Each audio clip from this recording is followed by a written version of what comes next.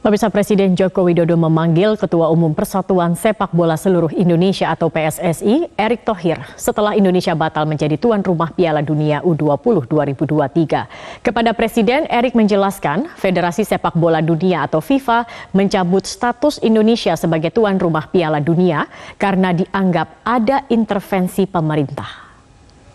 Sanksi dari Federasi Sepak Bola Dunia FIFA menanti Indonesia setelah batal menjadi tuan rumah Piala Dunia U20.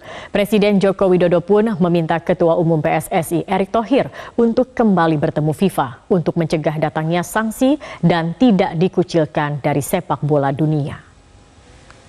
Wakil Presiden Republik Indonesia ke-10 dan ke-12 Muhammad Yusuf Kala mengaku heran masih ada kepala daerah yang menolak kebijakan pemerintah pusat terutama terkait dengan penyelenggaraan Piala Dunia U20.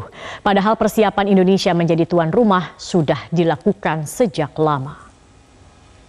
PDIP tidak membantah ada sikap tegas Ketua Umum Megawati Soekarno Putri untuk mengeluarkan statement dan sikap penolakan timnas Israel main bola di Indonesia. Sekjen DPP PDIP Hasto Kristianto menegaskan sikap kader-kader PDIP termasuk Ganjar dan Koster sudah sesuai arahan Mega.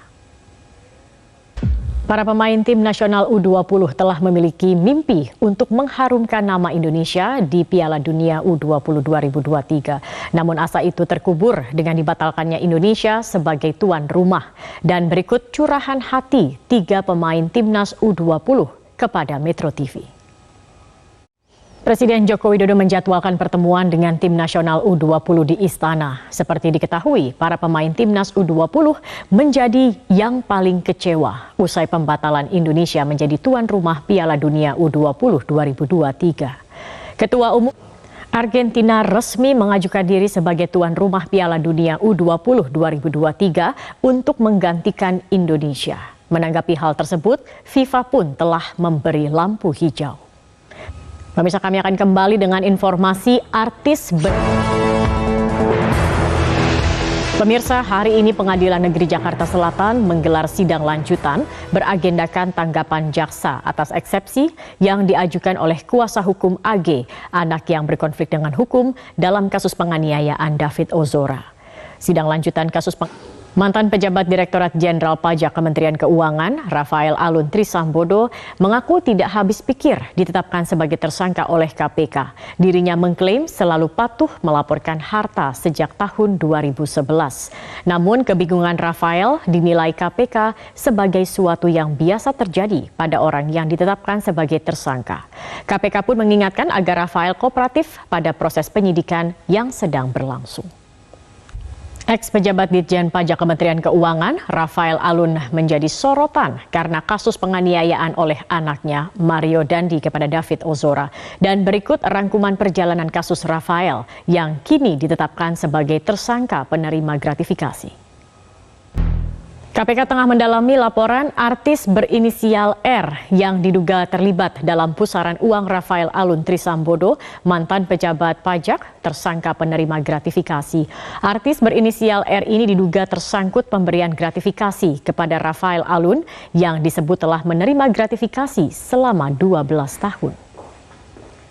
Kami akan kembali pemirsa dengan informasi seorang suami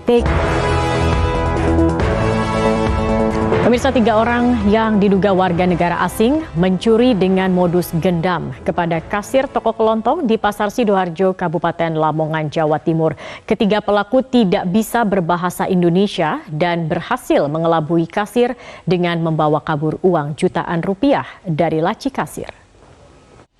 Aparat kepolisian dari Polres Tulang Bawang, Lampung meringkus pelaku pembunuhan sadis terhadap istrinya sendiri yang diduga dipicu perkara asrama. Maksud kami asmara.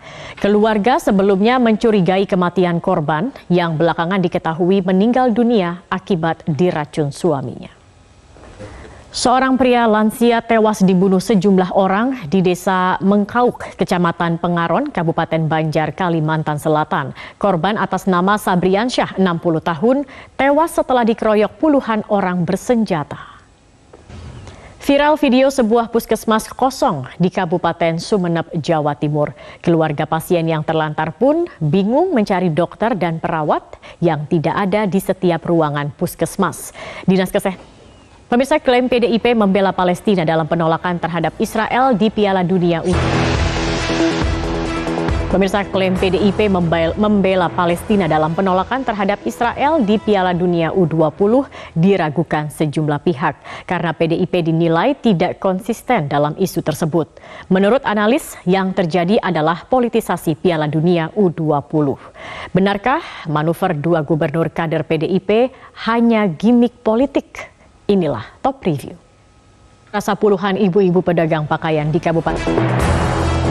Pemirsa, aksi tawuran dua kelompok remaja terjadi di kawasan perumahan Vida, Kota Bekasi, Jawa Barat dan meresahkan warga. Informasi ini telah kami rangkum dalam Top of the Top berikut ini. Unjuk rasa anarkis masih terus terjadi di Beirut, Lebanon akibat krisis mata uang. Informasi ini sekaligus menutup perjumpaan kita dalam Top News hari ini. Saya Zakia Arfan mewakili teman-teman yang bertugas mengucapkan terima kasih atas kebersamaan Anda. Selamat malam, sampai jumpa. Selamat malam pemirsa, Rumah Sakit Darurat COVID-19 RSDC Wisma Atlet Kemayoran Jakarta Pusat resmi ditutup sepenuhnya dan tidak lagi melayani isolasi pasien COVID-19 mulai hari ini Jumat 31 Maret 2023. Akibat sopir mengantuk, sebuah mobil pickup bermuatan baja ringan terjun ke parit sedalam 3 meter di kawasan industri Olek, Kecamatan Tiga Raksa, Kabupaten Tangerang, Banten pada Jumat sore. Meski mobil mengalami kerusakan, beruntung sopir dan kernet hanya mengalami luka ringan. Demikian headline untuk saat ini pemirsa. Headline berikutnya akan kami hadirkan 1 jam mendatang. Saya Zakia Arfan. Selamat malam, sampai jumpa.